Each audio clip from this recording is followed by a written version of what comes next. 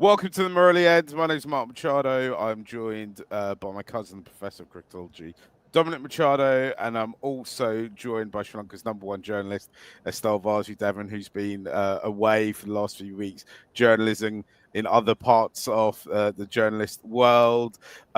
This show is brought to you by KidRated. KidRated.com is well worth a visit if you've got children, or if maybe you've got nieces and nephews that you need to take out and about.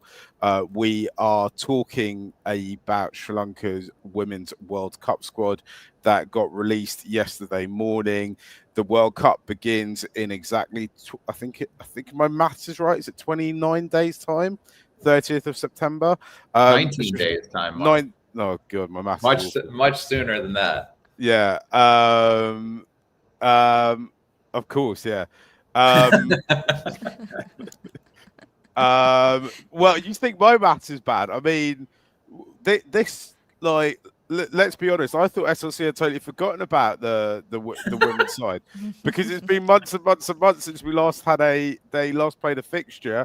We know that to recap, if you've not been aware, Sri Lanka became kind of emergency co-hosts after a political incident meant that Pakistan were unable to go to India, which kind of has worked out into our advantage.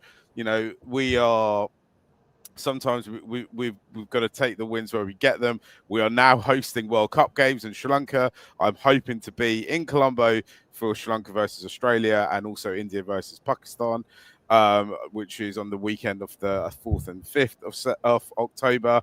Estelle Vasudevan is hoping to travel with the team to India to watch their fixtures. So, as always, with the Sri Lanka women's side, Murali End have you covered. So, hit that like, hit the subscribe.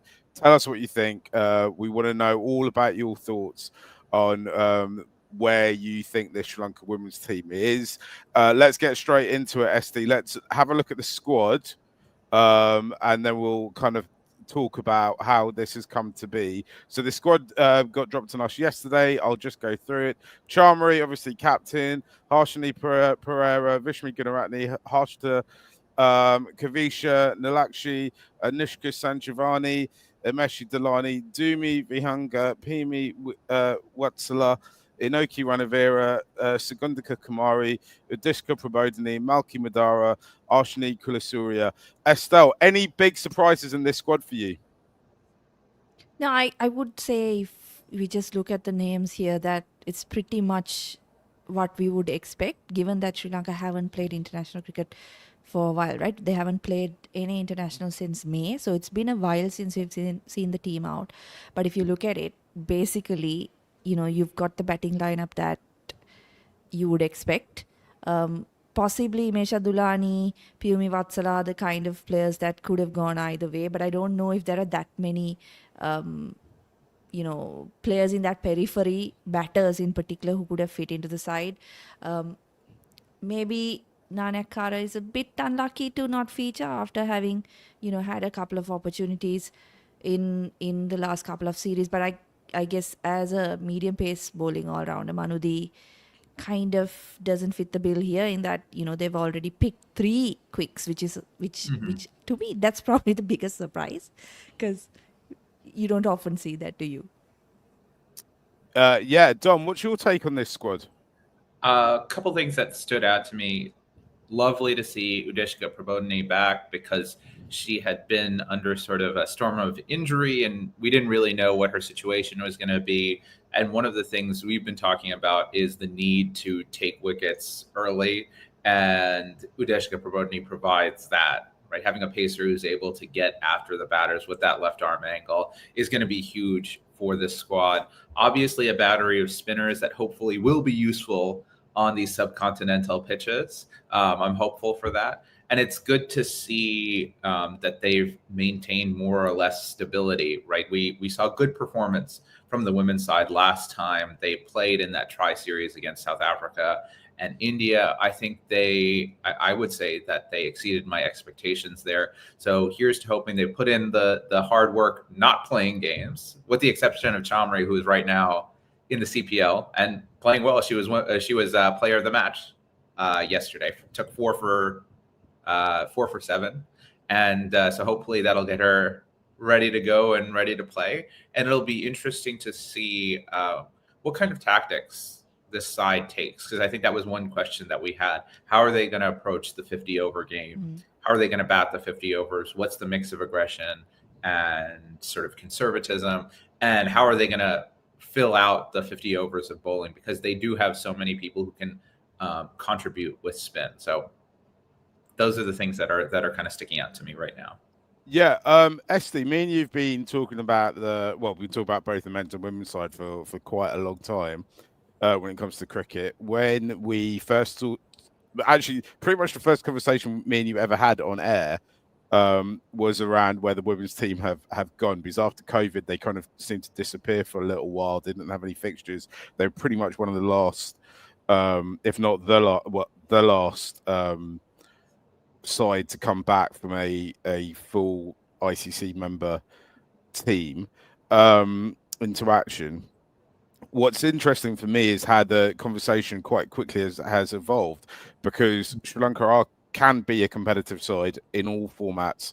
I say all formats. The women's team effectively don't play Test cricket in both the shorter formats, and not just that, but we've also seen the development of other players, other kind of match winners as well within the squad. It's not just we're not just turning up and relying on one player to win us games. We've seen we're now spread across that, and also it strikes me actually this is maybe the third or fourth World Cup me and you have kind of been broadcasting together on, and now actually there is conversations about squad selection which were starting to kind of emerge this time last year, but now feel slightly developed. I think though, all that said, the disappointing thing for me is this gap that they've left between May and the end of September without playing fixtures. You just thought it was so prime for them to really push on in this moment in time. I don't believe, and but maybe in time I'll be proved wrong, but I don't believe it would be the players or the coaches who don't want to play games. They exist to play cricket. That's their job. So you've got to look at their administration and be like, coming into this tournament, it slightly feels like we've taken a step backwards, and I'm not entirely sure how or why they've allowed this to happen, because it kind of felt like we were coming up so well. And on top of all that, what we've got to get into is that it's not like they're going to come together and play a series of, say, 5 games in 3 or 4 weeks. It's going to be a fairly grueling schedule, and there's a lot of travel involved for us. Even though we are playing some games at home, we've got to go to India as well, right? Yeah, I mean, it's massively disappointing, isn't it? Because it's probably the worst way you want to prepare for a World Cup when you've not played for that number of months, right? And again, the most disappointing thing is that they were so good in their tri-series. Like, they certainly exceeded expectations, right?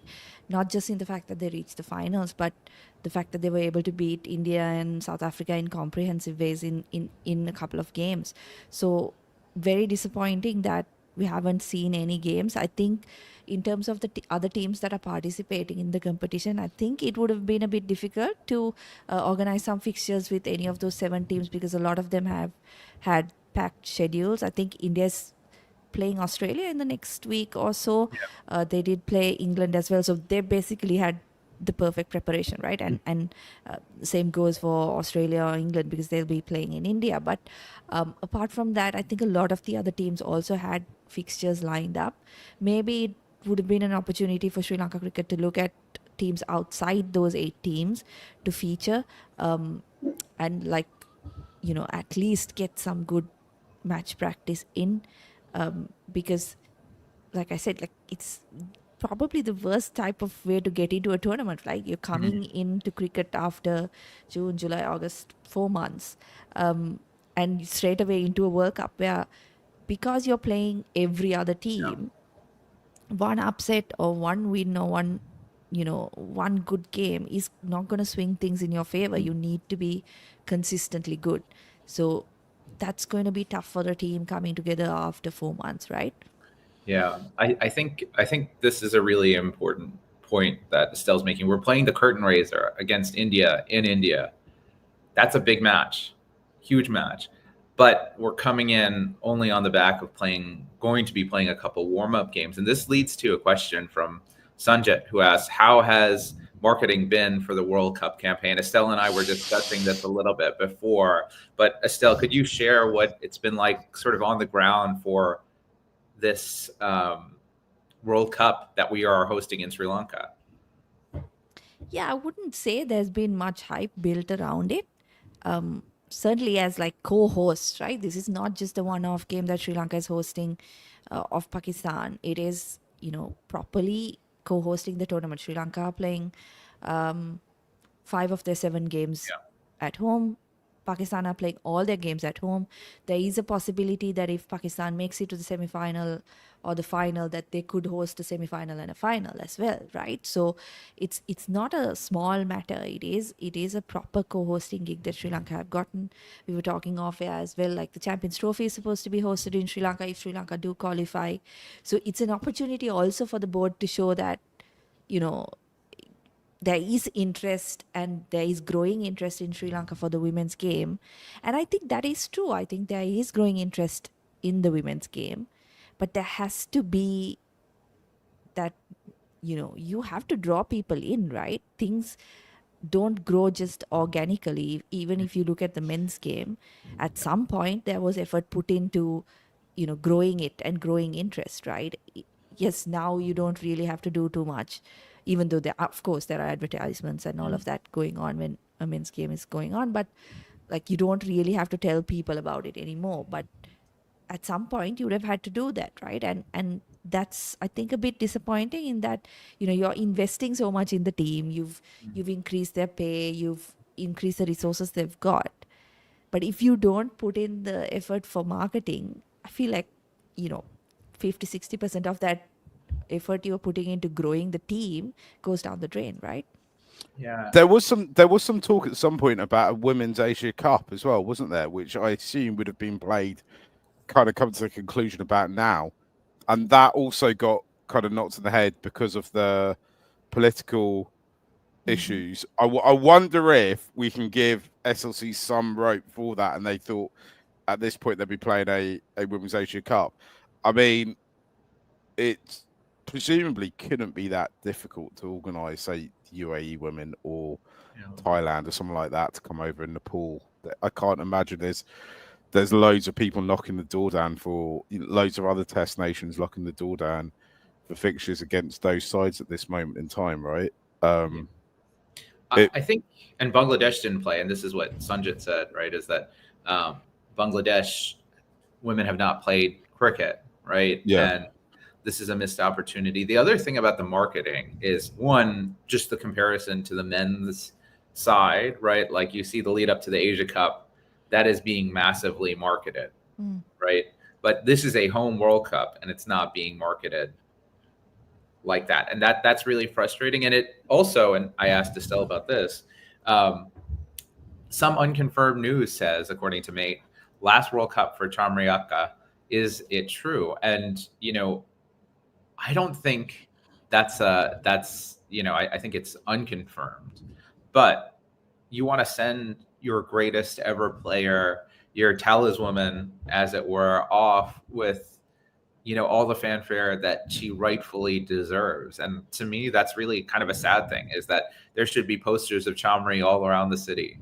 There should be invitations to come in and watch this match and see how she does, because we know Chamri, she's going to give us a lights out performance at some point and we'll never be able to forget it. But it's really sad to not see a player who has done so much to lift up women's cricket, to be sort of sidelined in perhaps her last opportunity to star in a Women's World Cup. That we should also point out, though, that in India there's frustrations about how they've marketed this World Cup, and I think this week the tickets finally went on sale, or they're about to go on sale imminently. So, and also I think I need to get this confirmed, and again I reiterate, I'm not here to defend SLC, but I think it's the ICC and the World Cup Committee's job to kind of market it and get the tickets out and all that kind of thing, right? these are massive, big tournaments to host. I know in Sri Lanka, you can kind of pop up a bilateral or even a tri-series in a matter of kind of days, but these take a little bit more. There's so many teams involved and so many moving parts.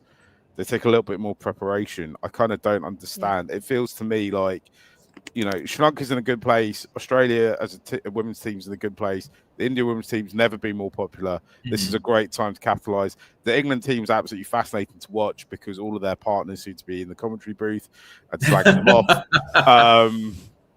Which, like, generally, I was thinking about, uh, you know, I was thinking about how excited I am to see the drama around the England women's team unfold. Um, like, like it's just utterly bizarre to me that basically their wives, best slash girlfriend slash best friends are in the commentary booth calling them overweight. It's quite an unfit. It is quite funny. It is very Sri Lankan, right? Like it does have big uncle vibes around it. And I can't wait to see what's going to happen. I think it's potentially it's an exciting time for Sri Lanka to show off itself with the teams that are coming. Though I don't think England, as it stands, England aren't due in Sri Lanka, are they?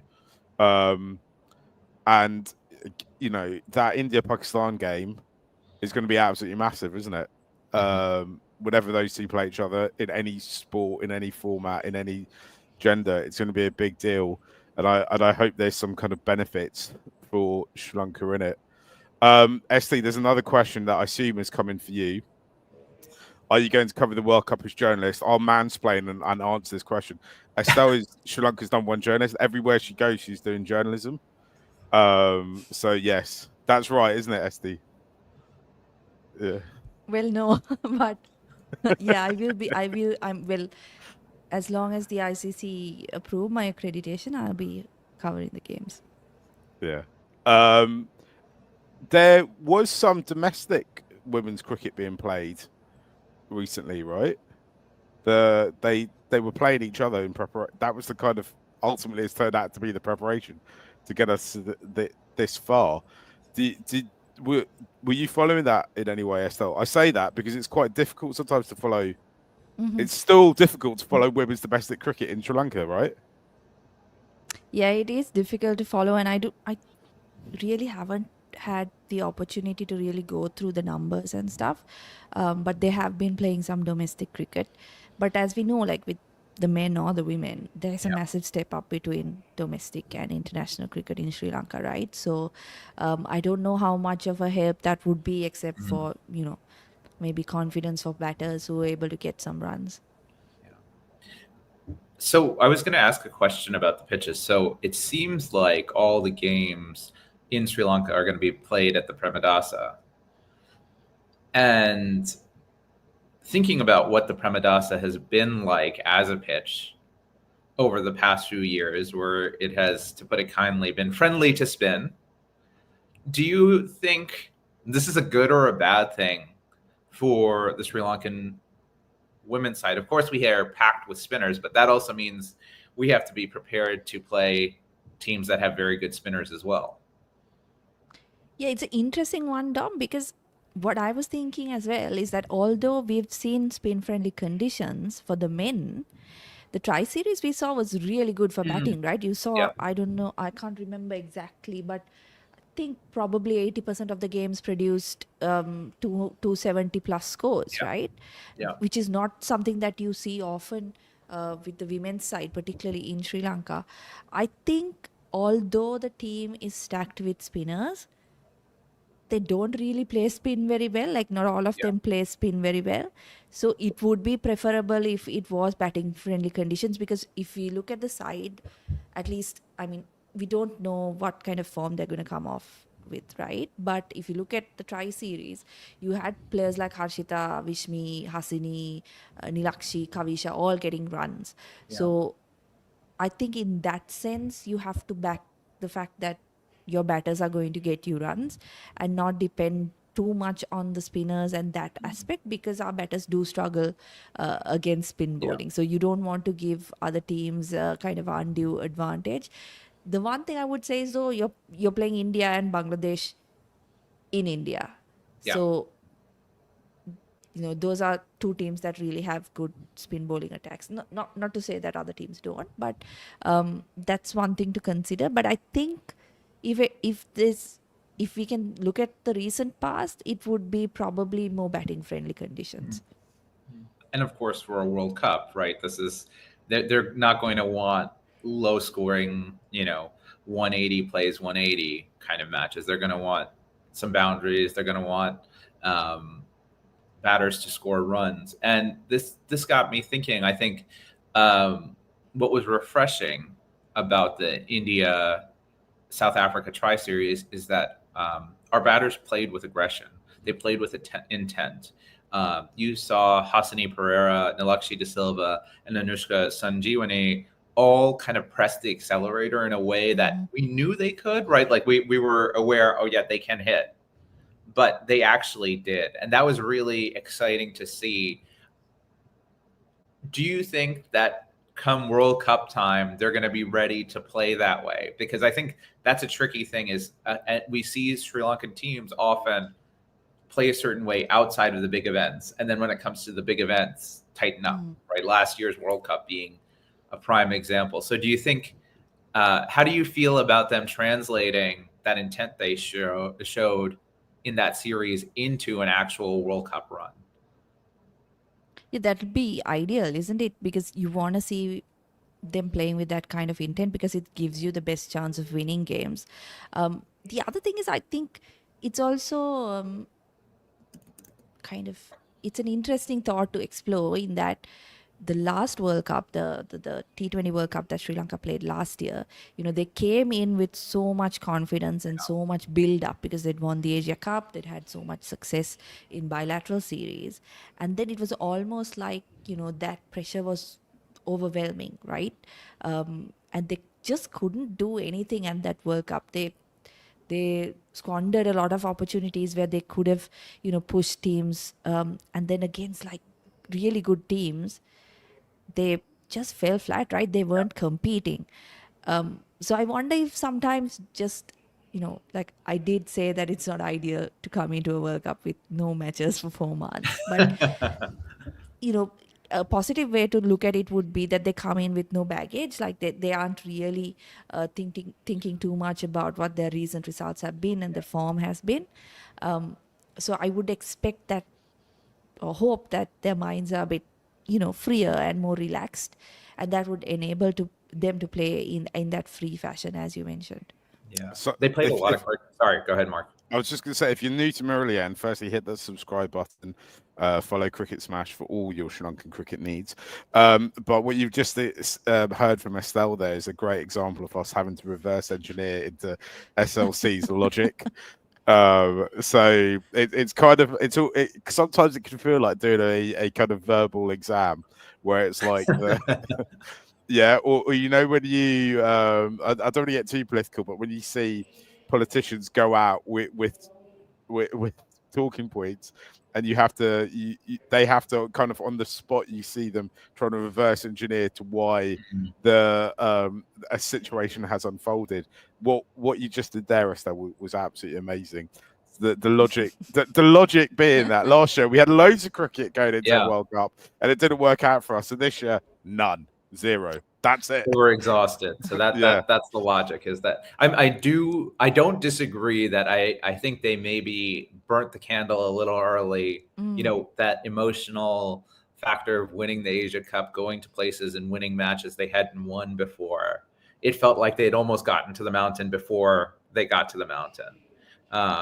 So there's the question. I think that like the thing is, right, with the Asia Cup success, weirdly, I was on one of those. I was just watching reels on Instagram yesterday, and a reel from the Asia Cup win where I think one of the best episodes, if not the best episode of Murali End ever, was Estelle talking to Madushka just after, like minutes after we'd won the Asia Cup, and there's a reel from it where Madushka's kind of almost crying, and he's going, this moment is the greatest moment in Sri Lankan cricket history after '96. It's arguably, he kind of says, it's up there with 2014, and he just gets so emotional about it. And that should have been the moment that kind of lit the fire, like it is for the men's side, right? Like there's people like myself who just assume Sri Lanka men's team will win every single tournament, and or at least get to the kind of business end of it. And that moment is a transformational moment for the way Sri Lankans thought about the men's side. The Asia Cup win last year should be that moment for the women's side, but it's a silly thing to compare the two different sides. But if you look at what happened after '96, there was actually the immediate few years afterwards were like actually terrible. 99, when they go to 99, it's total disarray because there's way too many people who've got involved in it, and they've messed it up. And I wonder if actually that's the moment we're in for the women's side, where actually after the Asia Cup win, they almost start to kind of overthink it when they go into the World Cup. And also in T20 cricket, players come in and out of form, right? It's almost impossible to go, we're going to be really good for every time we play cricket. I think there's that aspect of it as well. And actually, last year, immediately afterwards, they overthought it, and this year, it's almost we're kind of going in slightly undercooked. Which maybe in the two warm-up games they have, maybe they find the form they need and kind of push into winning cricket matches, because we know they've got the skill. We know they've beaten just about every other team in the last few years, right? So there's no reason why they cannot believe that they can go do quite well here. I look at this team and I think they've winning the Asia Cup last year. I still think was massive, right? So can we ask Sanjit's question? Can the Sri Lankan women reach the semi-final? I know what I think. I think the way they reach a semi-final is that every time they play a home game in Colombo, the whole place is absolutely popping off. But like Sri Lanka reach a semi-final if Sri Lanka, the rest of the island buys into it, and it feels like you're playing every time you come and play against us. It feels like you're playing against 12 people inside that stadium. If it starts popping off in there, if it's full, if there's people hanging off the rafters, not literally, proverbially, then that's when I think Sri Lanka could end up going on a run. Those first couple of games are going to be tough in India, right? But they can create a hostile environment at home, and they can create a moment like they did in the Asia Cup last year, like they did in Dambler, right? What do you think, SD? Yeah, the only thing with that is, well, according to the tickets, like only 2 lower stands are open, so we're not going to have the atmosphere that Dambula was able to create. And I suppose, I mean, Premadas is 40,000 capacity, right? I think it's a bit of a stretch to imagine that for group games that you'd be able to fill that number of people. I think it was disappointing during the tri-series as well. There were just a handful of supporters who turned up. So the atmosphere, I think, is important, but I don't know how realistic it is to expect that to kind of happen with only 2 stands open. I just hope people turn up, right? I hope people know about it, and at least those stands are open. If you're watching and you want to get tickets are out on Book My Show. You can buy tickets, just $100 a ticket, right? So that would be important. But I think also to go with the Murali End kind of philosophy, maybe it's like you're a surprise package because no one's seen you in the last 4 months. Right? Like, I mean, you've got players like Devi Vihanga, Maki Madara, who a lot of teams haven't seen much of. Maybe that's it, and maybe Sri Lanka is not dependent completely on Atapattu anymore. Maybe that's kind of the surprise that they can spring on teams, but it's going to be tough because they're playing Bangladesh and India in India. They've got Australia, England, South Africa, who were brilliant in that tri-series, in the latter half of that tri-series. Pakistan, who's going to play all their games in Colombo, who probably have that little bit of advantage as well. So it's not going to be easy. It's a tough format Yeah. for a small team, I feel like, because you have to be consistently good, right? You're playing every other team in the competition, so it can't be the type of tournament. It's not the type of tournament where you can spring a surprise against one or two teams and you're in the semifinal, right? You have to play well, you have to win consistently. So it's going to be tough for Sri Lanka. A semifinal would be, I think, seismic, right? It would be Yeah. unbelievable. Yeah. Because I mean, right now we are ranked 6th in the world, right? 8 teams there. I think we often take rankings almost as a sort of a sacred thing, but Bangladesh and Pakistan are both capable of beating us on our day. So Yeah. we can't just turn up and say, okay, we've got them. And then, then you have to look at New Zealand and South Africa and say, okay, what ways can we find to beat them? We've beaten both teams in this format somewhat recently, but that's going to take an excellent effort from the women to do so. So I think you have to, the big thing is if you can pull off an upset of one of the big three, and that's so the thing that's interesting is the schedule. So they play the opening match against India, and then they play Sri Lanka plays Australia in Colombo, and then they play England, New Zealand, and South Africa. So Yeah, I think you the win. most Yeah, the two games that you would expect them to be the most competitive are right at the end. So yeah. I mean, not to be too negative, but it might be that the campaign is done by the time they get to those games, and then motivating yourself to perform well is going to be tough, right? Yeah, you kind of need to get 2 out of those first 5 so that you give yourself a chance at the back end for something to happen. So I don't know. I don't know how you kind of approach that, whether you pick out a side that you fancy yourself as matched up well against. I will say I'm kind of excited to see Jumi Vihanga. She bowled really, really well in the Tri Series, was a wicket taker. But my understanding is she can provide something with the bat and is a big hitter of the cricket ball. So maybe we'll get a little surprise package from Jumi, not only her excellent bowling, but she'll show off her batting prowess as well and maybe pull off an upset there. Or we get Yeah, where does she feature? That's the big question, isn't Mm. it? Because like the batting lineup, if you look at it, it's pretty much kind of set in stone. You've got Yeah. Chamari, Hassini, Vishmi, Harshita, Nilakshi, Kavisha, Anushka, right? And then it's the bowlers. I think Sri Lanka also have to think about maybe straying away from this kind of set mindset, like where you're going to have Achini Kulasurya, Udeshika Prabodhini, you're going to have Karana Veera, Sugandhika Kumari.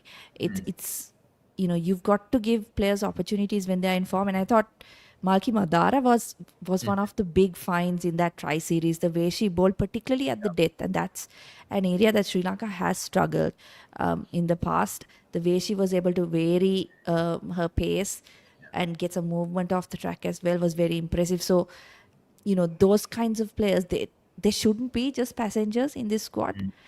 I think opportunities need to come their way. Maybe you'll have the likes of Imesha Dulani, Pyumi Vatsala, who don't really feature in the team, but other than that, I don't think it should be kind of set in stone that Udeshika has to play or Achini has to play. It should be based on how they're looking in the nets, since there's no other way to assess it, and the rhythm that they've got going.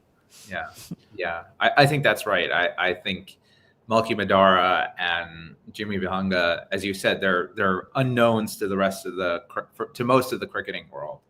So taking advantage of that, I think it is good, and thinking about how can we maximize their skills, because we know what Achini and Udeshika can provide, and this is a taxing tournament. So for the older players on the side, it's going to be exhausting. Mm-hmm. A lot of cricket to be played, some travel involved, and so I think they're going to need to use that squad. Esty, I was surprised when you just said that there's only 2 stands opened in for the games in Colombo? Because I just Well, assumed like those are just the tickets that are available. I yeah. mean, I don't know whether there will be more tickets, at the gate where they open up more stands. But at the moment, the tickets available are just the A lower stand and the C lower stand. I just thought the whole of Colombo was desperate to try and get to one of these games. But I mean, like I've got to acknowledge I'm a Turbo fan, right? I'd watch Sri Lankan Elephants play against India Elephants, elephant football. So I'd go to anything that any of the national sides were involved in, right? I I'm surprised. I mean, Sri Lanka versus Australia is quite a big deal, right? I mean, like, some of those Australian players, as much as I hate to admit it, they're kind of generational talents, right? And it's for 100 rupees to go watch. I mean, to go watch just Charmery alone is worth it, Yeah. right?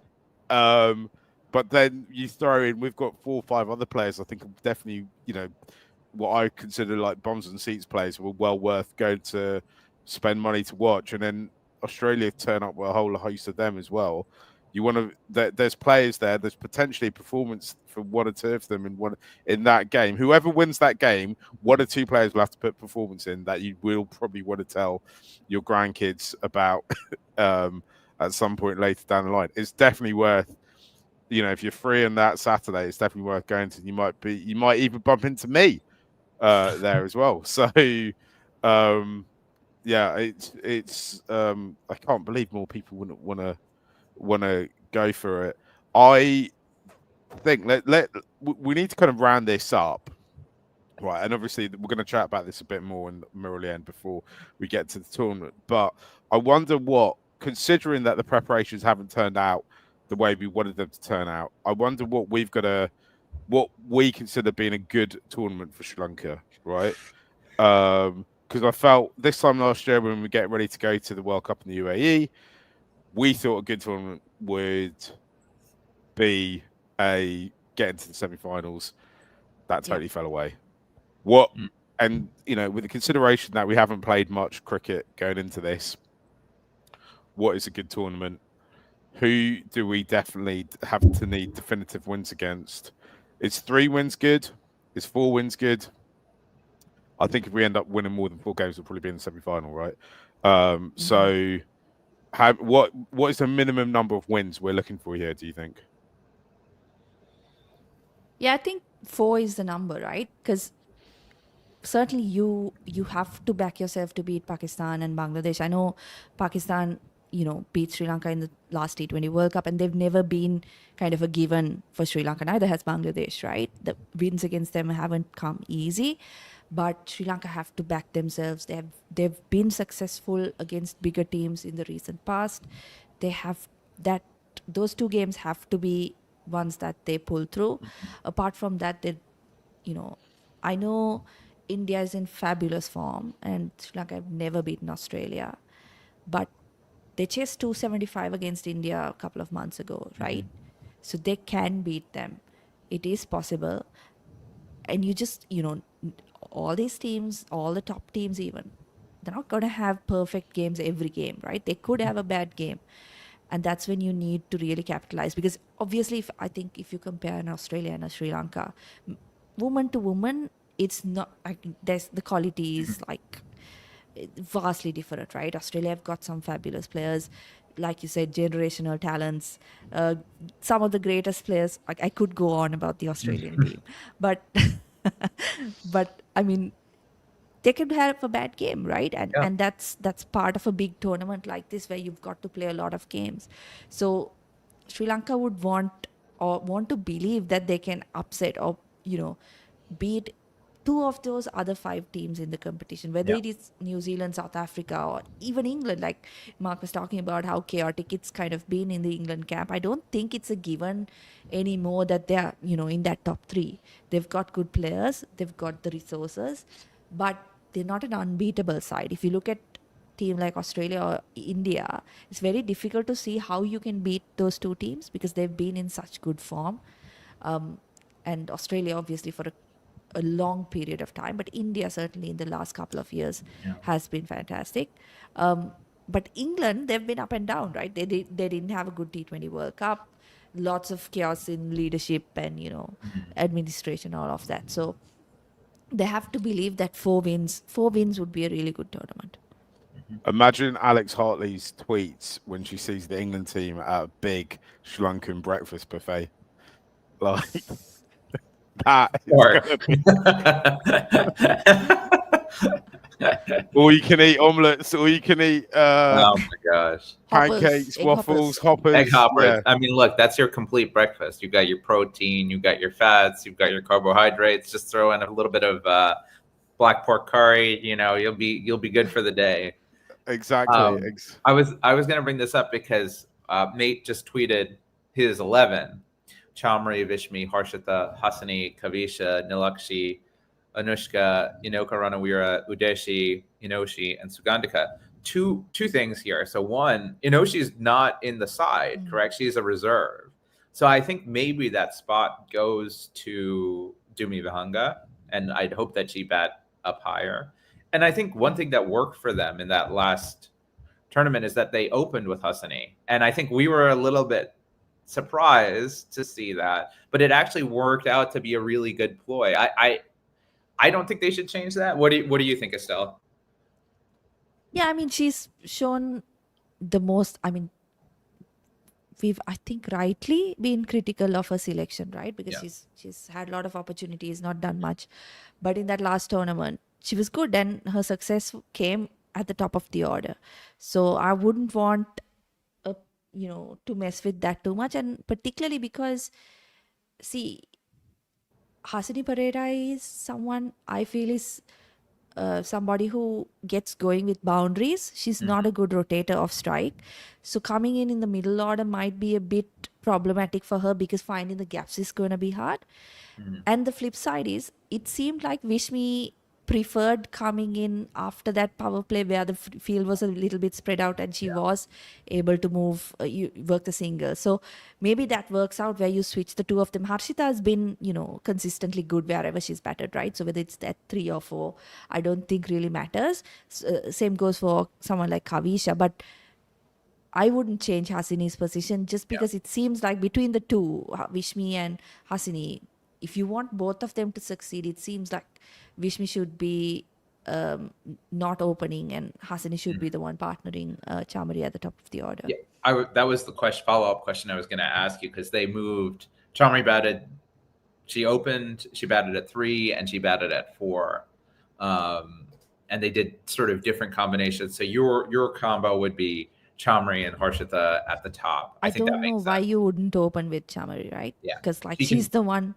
Who wants to bowl to Chamari Atapattu in form? Nobody. Yeah, and with the field up, with like that is just, if you're chasing a big total, she's the one that can really get you off to a crackerjack start. Guys, should we leave it there for today? We'll be back on Saturday after the Bangladesh game. I've just got a feeling that it's Sri Lanka's opening Asia Cup game against Bangladesh. I mean, Sri Lankan men playing Bangladesh men just is probably the most firework-ridden rivalry in cricket at the moment. And I just think that game on Saturday is going to deliver something, because both teams both teams need a win, right? Hold on. Oh, there's a question about hold. Shall I pull this up? Sorry, I put it up. Yeah. Deekshana Praveen said, "Hi guys, this is not relevant to this discussion, but a recurring gif of Dasun Shanaka being bowled out by Rashad Hussein's Googly is playing in my head. Why is this? Hello Estelle, long time no see. It's because Bangladesh and Sri Lanka are now like almost umbilically linked when it comes to cricket, and as we approach the game, they're sending bad vibes our way, we're sending bad vibes their way. So you might be in the vicinity of a Bangla cricket fan, Deekshana. And look, Bangladeshi people are great people, they're lovely, but I just really want to beat them in cricket. That's all I can say about it. Murali End's going to be back on Saturday Yeah. after that game. We'll be every step of the way with the women's side as they plot their part to Ahmedabad. I assume the finals in Ahmedabad. I don't know. Yeah. Um, Mark, proposition here. We need to rename go on. all Bangladesh Sri Lanka matches as the Matthews Al Hassan Trophy. I think, and it has to, the prize has to be a watch with a snake in it, obviously. A snake watch. A snake watch, and the losing side should all get given an actual snake, an actual. Just find one all around the Premadasa there, and they'll There's a question about face bright. I think that's just a reflection in your glasses that is being referred to, SD. We will be back on Sunday, and then we'll be back. There is going to be something on Cricket Smash after the India-Pakistan game. We're lining people up to talk about it. Do come and get involved and watch. Help us grow the channel. That's much appreciated. And then the Sri Lanka next play after Bangladesh on Tuesday. They got Hong Kong 16th. Is that right? Is that? I mean, mate, don't ask me about numbers. I'm just about being able to set up live streams and words. That's all I do in life. Right, we'll be back later. Thank you all. Hope you all have a great day, and we'll see you all later. Bye.